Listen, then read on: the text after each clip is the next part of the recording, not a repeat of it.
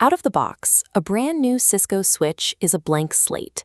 It has no unique name, no network address, and most dangerously, no security, meaning anyone with physical access can plug in and alter its behavior. Look at a physical server rack, dozens of indistinguishable black cables and blinking lights. Unconfigured, these devices remain vulnerable hardware targets. Today, we are going to fix that. We'll take a factory default switch and transform it into a uniquely named, password-secured device in under 5 minutes. To start, you need physical access. Since the switch doesn't have a network address yet, you must connect a computer directly to the switch's console port using a specialized serial cord called a console cable. Once plugged in, you need a way to read the data coming over that cable. This graphic shows 3 common terminal emulation programs: PuTTY, TerraTerm, and Secure CRT. You'll need to open one of these on your computer. Because the switch is factory fresh, there are no remote network services running. Establishing this serial connection through terminal software is the only out-of-the-box method to translate your human intent into hardware action. In your terminal window, hit the Enter key. This wakes the switch and presents the default prompt. You are now in user exec mode. As seen here, the user exec prompt ends with a greater than symbol.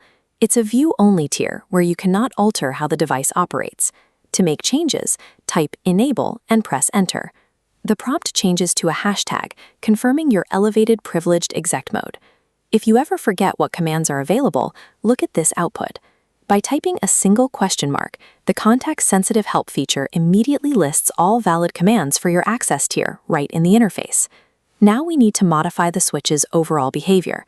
To do that, type Configure Terminal. As highlighted here, this moves you into global configuration mode, exposing the entire device to structural changes. To speed up your workflow on long commands, use the shortcut highlighted here. Type the first few letters, then press Tab. The system auto-completes the rest of the word, saving time and preventing typos. The Cisco operating system enforces strict boundaries between these modes. Understanding this prompt hierarchy is crucial, because typing a perfectly valid configuration command while stuck in a view-only tier is the most common beginner mistake. Right now, the switch is simply named Switch. With dozens of these in a network, leaving the default name makes remote management impossible. The first step is giving it a distinct identity. Cisco requires hostnames to follow strict rules. Start with a letter, no spaces, and use only letters, digits, and dashes. In global config mode, type hostname followed by your identifier. The generic prompt instantly updates to read SwiftFloor1. The command line rarely gives you a cheerful success message. Instead, the updated prompt prefix is your direct visual proof that the device accepted your command. Our device has a name, but its physical connection is still wide open.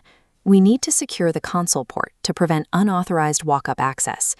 To target a specific port, we must drill down from global configuration into a submode. Type line console 0 and hit Enter. As this diagram shows, your prompt changes to config line, confirming you are now modifying that exact physical port. Type password, enter a space, and type your chosen strong security string, then press Enter. Stop here and you leave a critical vulnerability. Creating the password in memory does not actually kill the port to ask for it. Step 1 just set the password variable. Step 2 requires you to type login and press Enter. That specific command is what drops the physical gate over the console port, actively demanding the password for all future connections. With the front door locked, type exit to return to global configuration. Now we secure the administrative tier itself.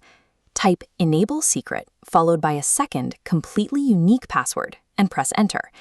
This creates 2 distinct layers of access control. You've secured the physical entry point to the CLI and added a secondary barrier that prevents anyone from elevating their privileges to make administrative changes. Before you unplug your cable and walk away, it is a professional necessity to verify your own lockouts. You need to prove the rules actually work. Type End to jump straight out of configuration and back to privileged exec mode. Then type Exit to sever the terminal session entirely. Now, press Enter to wake the switch back up and trigger a fresh connection sequence. Look at this clean terminal window. First, the console port blocks your entry, demanding your initial password. Second, once inside, you can see the custom hostname SwiftFloor1 is active.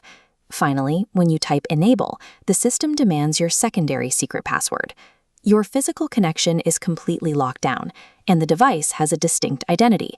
With this secure foundation verified, the hardware is finally ready for the next phase, assigning network IP addresses for remote management.